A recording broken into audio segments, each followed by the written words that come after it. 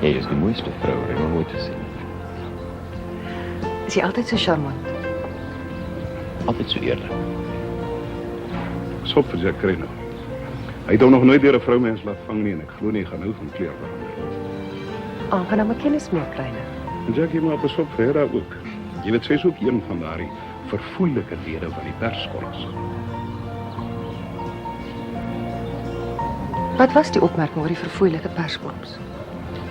Ek het 'n argument gehad met iemand oor die journaliste. Reg, ja. Maar hy is eintlik 'n goeie. Hy saam met my klas gegee op die universiteit. Intellektueel, né?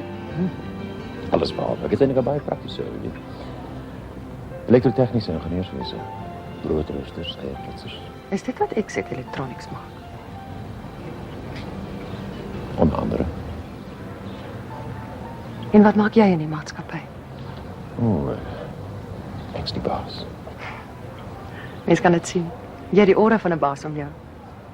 Hoeso?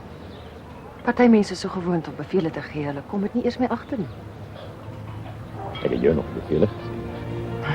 Jy het nog nie, maar jy sal. Sodra jy my beter leer ken. Ek sê graag wel. Ek bedoel, jy beter leer ken.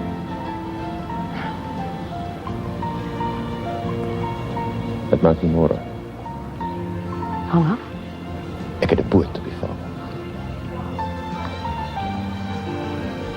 Kan ek 'n vriend saambring? Vriend? Robert. Hy is baie jaloers. Ek is seker hy gaan dit nie geniet nie. Ek weet nie. Hy's aanpasbaar.